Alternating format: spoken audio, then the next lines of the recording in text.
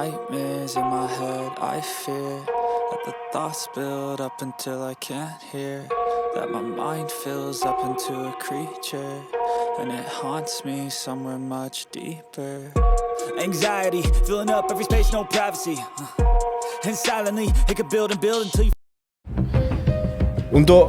Hello everyone. To shock the world. To shock the world.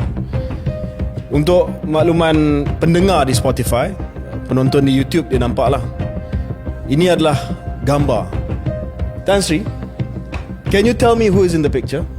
Saya tanya ke dia. Datuk Seri kata, ada orang kata you have breakfast dengan Razak Baginda dan juga Altan Tuya. Is this true? Without batting an eyelid, they tengok I straight, almost through me. Dia kata no such thing. I do not know who this girl is. Never seen her. I don't think she has ever been in the same hotel overseas, anywhere where I was. Kalau kita lihat di Mahkamah Tinggi, 3 orang dibicarakan.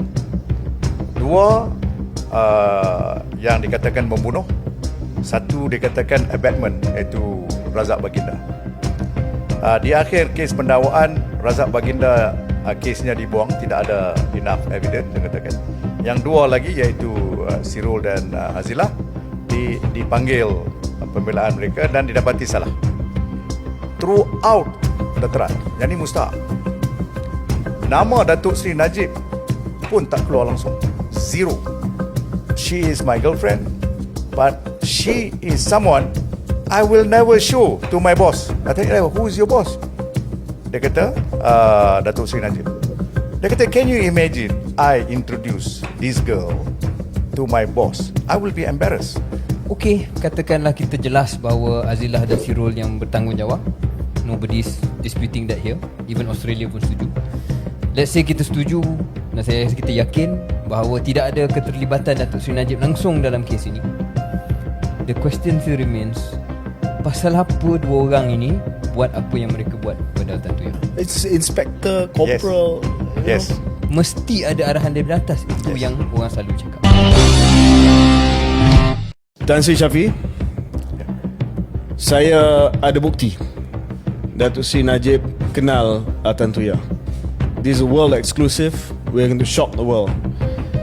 Untuk makluman pendengar di Spotify, penonton di YouTube dia nampak lah. Ini adalah gambar. Tan Sri, can you tell me who is in the picture? Saya tanya ke dia. Datuk Seri kata, ada orang kata you have breakfast dengan Razak Baginda dan juga Altan Tuya. Is this true? Without batting an eyelid, they tengok I straight, almost through me. Dia kata no such thing. I do not know who this girl is. Never seen her. I don't think she has ever been in the same hotel overseas, anywhere where I was. Kalau kita lihat di Mahkamah Tinggi, 3 orang dibicarakan. 2 yang dikatakan membunuh, 1 dikatakan abetment, iaitu Razak Baginda.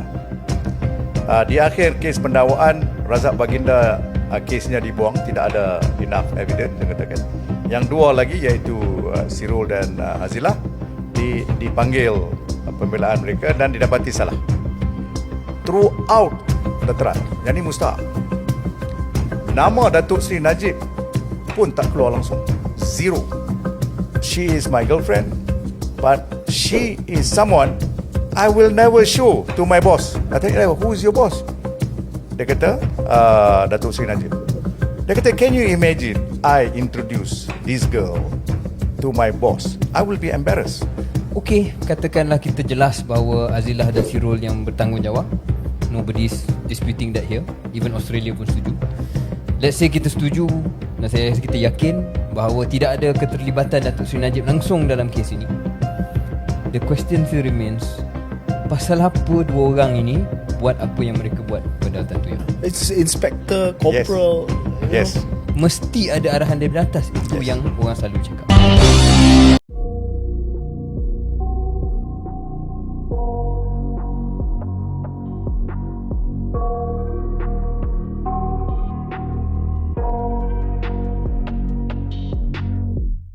I got nightmares in my my head, I fear that the thoughts build up until I can't hear, that my mind fills up into a creature, and it haunts me somewhere much deeper.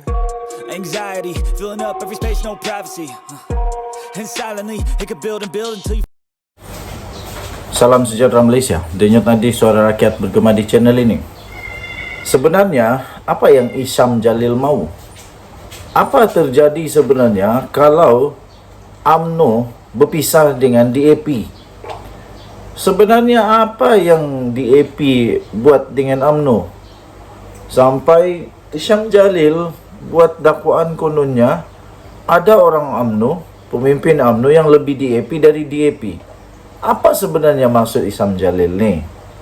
Kenapa dia mau sangatkah UMNO keluar tinggalkan DAP? Apa yang UMNO ada sekarang? Tidak sedar diri ke Isyam Jalil bahawa UMNO sekarang ini betul-betul sangat-sangat terhutang budi dengan DAP. Manakala DAP tak pernah pun buat apa-apa salah dengan UMNO. DAP tak pernah pun buat apa-apa salah dengan UMNO.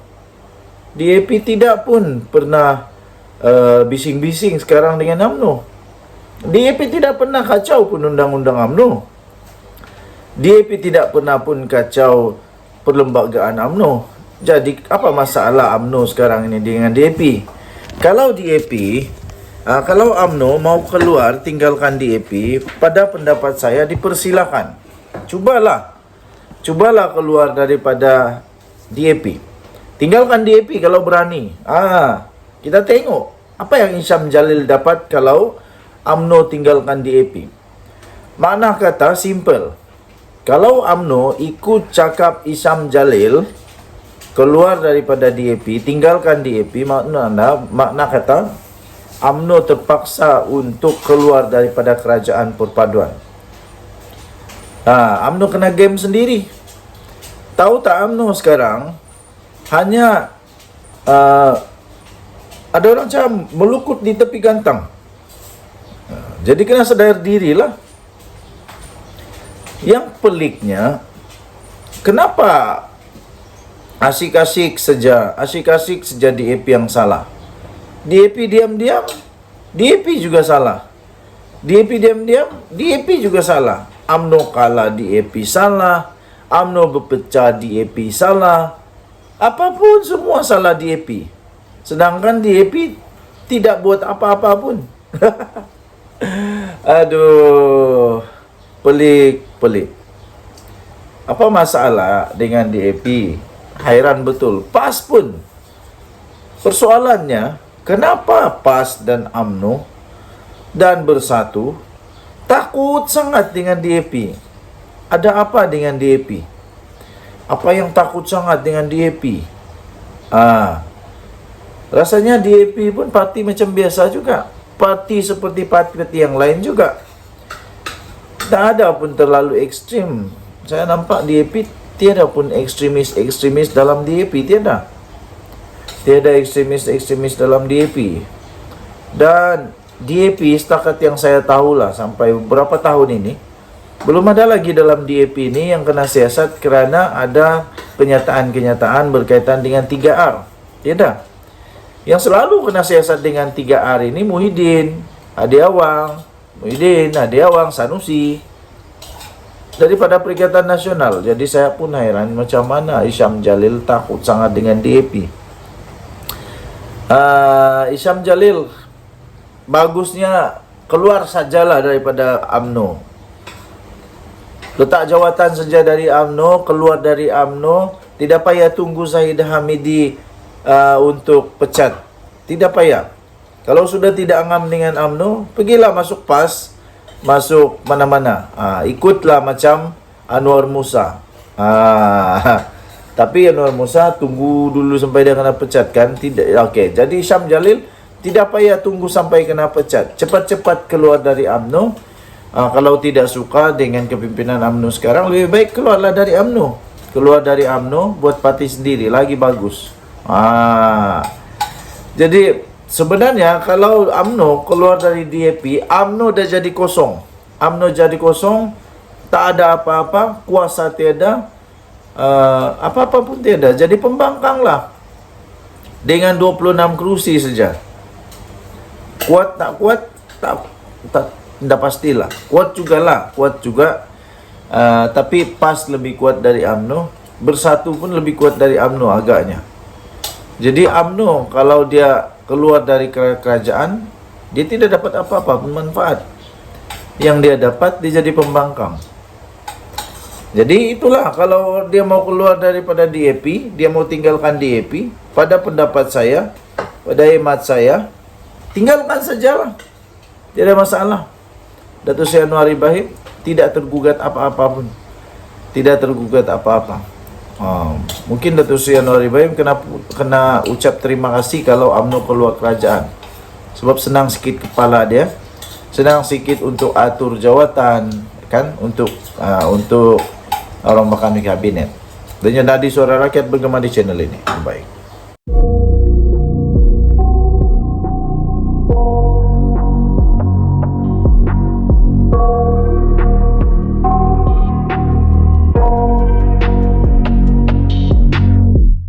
I got nightmares in my head, I fear that the thoughts build up until I can't hear, that my mind fills up into a creature, and it haunts me somewhere much deeper.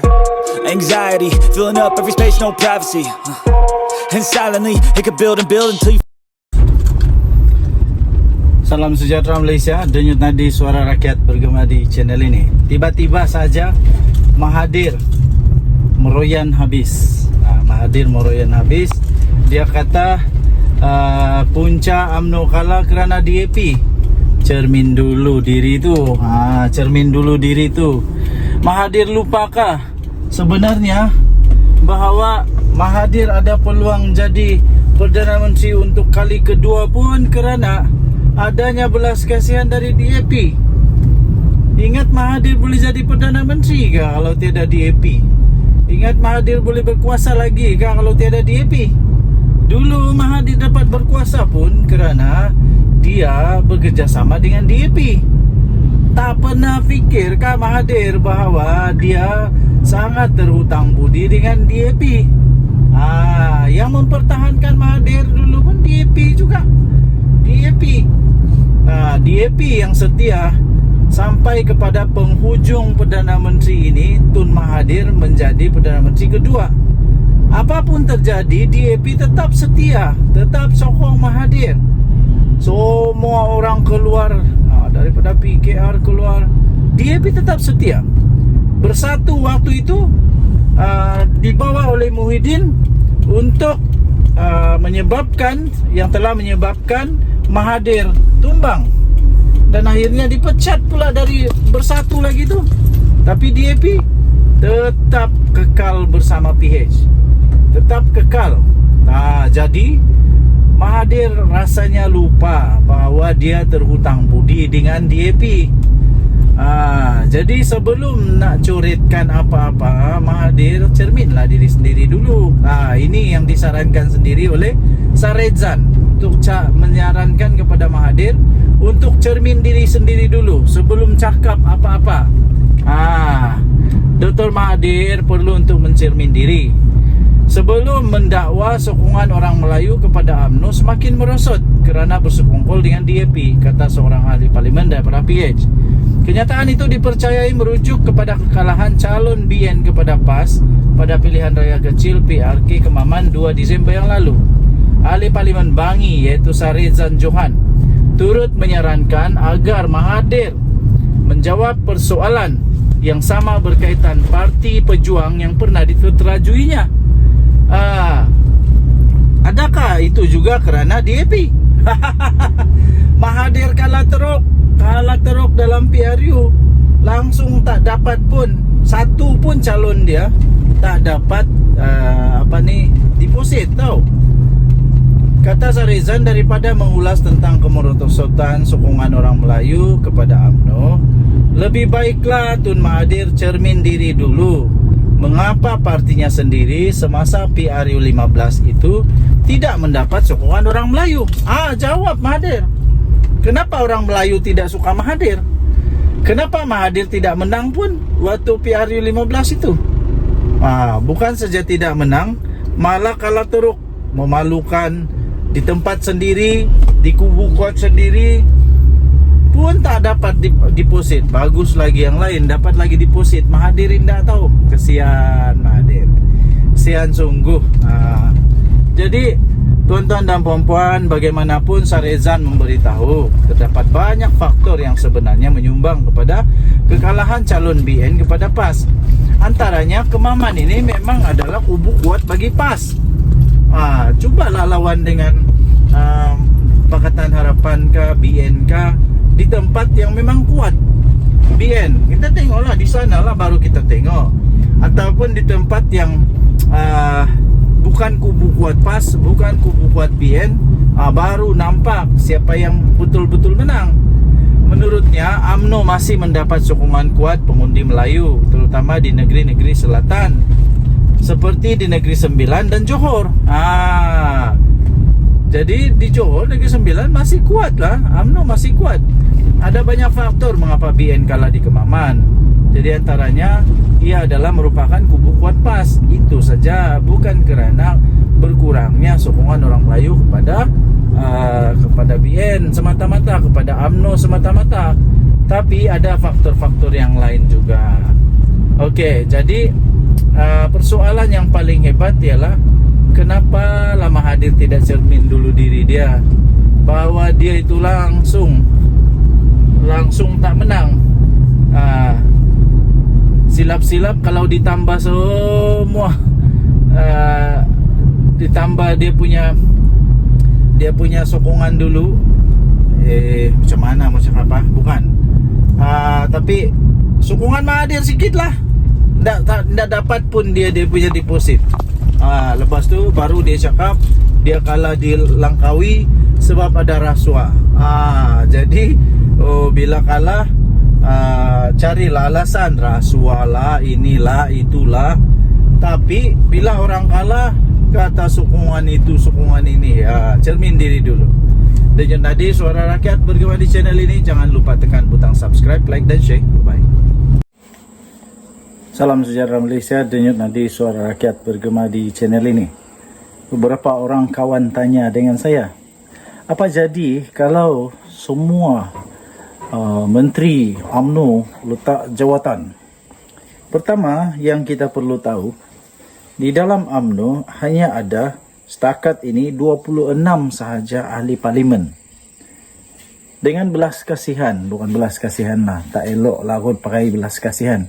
Dengan rasa amat bertanggungjawab, Datuk Seri Anwar Ibrahim tetap juga memberikan jawatan-jawatan kepada mereka, walaupun hanya 26 saja ahli parlimen di dalam kerajaan. Agak sedikit tu sebenarnya. Dan walaupun begitu, UMNO tetap dapat jawatan timbalan Perdana Menteri, Menteri Pertahanan dan banyak lagi menteri-menteri kanan, disebut sebagai menteri kanan ataupun menteri besar-besar punya jawatan lah. Jadi untuk kita bahas, jika 26 ahli parlimen UMNO, termasuk semua menteri-menteri UMNO keluar daripada UMNO, kita harus dulu memahami bahawa siapa yang berkuasa dan komposisi terkini di dalam parlimen Malaysia yang membentuk kerajaan perpaduan. Kita perlu tahu bahawa sokongan yang diterima oleh Datuk Seri Anwar Ibrahim sudah lebih daripada 2/3. Dan matematik basic di dalam politik ini senang. Ahli parlimen seluruh Malaysia hanya ada 222 saja kalau saya tidak silap. Untuk mendapatkan majoriti muda mestilah ada 112. Jadi sekarang ini hanya ada 26 daripada ahli parlimen UMNO. Pertama sekali yang terjadi ialah tidak ada apa-apa yang terjadi. Walaupun semua 26 menteri UMNO ini letak jawatan, tidak ada apa-apa berlaku kepada kerajaan perpaduan ini. Yang berlaku adalah masalah sendiri kepada UMNO, daripada berkuasa kepada tidak berkuasa. Mereka akan kehilangan semua kuasa mereka akan kehilangan semua yang mereka sedang nikmati sekarang. Mereka akan kehilangan segala perkara yang mereka sedang nikmati sekarang ini, yaitu kuasa dalam kerajaan. Itu yang mereka akan kehilangan. Tapi Datuk Seri Anwar Ibrahim tidak akan kehilangan apa-apa. Kerajaan ini tidak akan tergugat pun kalau semua 26 mereka ini lompat ke seberang, ke blok pembangkang. Jadi tidak ada sebenarnya formula lain yang dapat menjatuhkan Datuk Seri Anwar Ibrahim.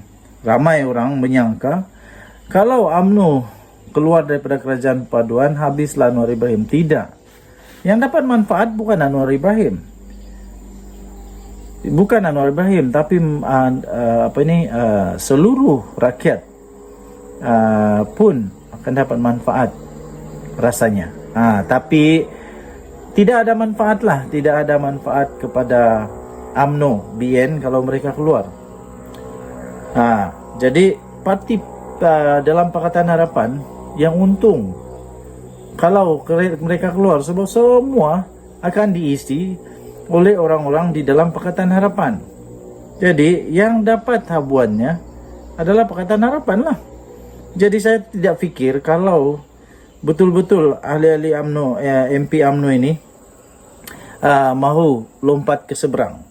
Sebab kalau ditambah dengan keadaan terkini ini pun, iaitu 26 ini tambah semua MP di dalam blok pembangkang, belum pun cukup 112 orang. 26 orang tambah dengan berapa orang saja, belum sampai 100. Belum sampai 100 pun. Jadi siapa lagi yang mau mereka pujuk untuk bentuk kerajaan? Tidak ada sudah. Okey, jadi spekulasi untuk menyatakan bahawa 26 MP daripada UMNO ini keluar, saya rasa tidak masuk akal dan mungkin tidak akan berlaku. Kerana tidak ada apa-apa manfaat untuk UMNO jika keluar daripada ini kerajaan perpaduan. Saya rasa kalau mereka mau keluar pun ialah pada hampir-hampir PRU atau pada PRU 16 akan datang. Itu pun kalau mereka mau. Sebab pada PRU 16 akan datang ini belum tentu lagi UMNO sudah kuat. Mungkin belum kuat. Jadi persoalan tentang menteri-menteri keluar, letak jawatan daripada kerajaan perpaduan, saya fikir tidak menjadi masalah untuk Datuk Seri Anwar Ibrahim. Dan pada hemat saya, lebih baik jangan pujuklah. Kalau mereka mau keluar, biar pihak depa lah. Biar pihak depa, sebab masih ada cukup majoriti untuk Datuk Seri Anwar Ibrahim. Cuma saja mungkin tidak lagi 2/3 lah, itu saja. Okey, boleh tinggalkan komen. Denyut Nadi Suara Rakyat, bagaimana channel ini. Bye-bye.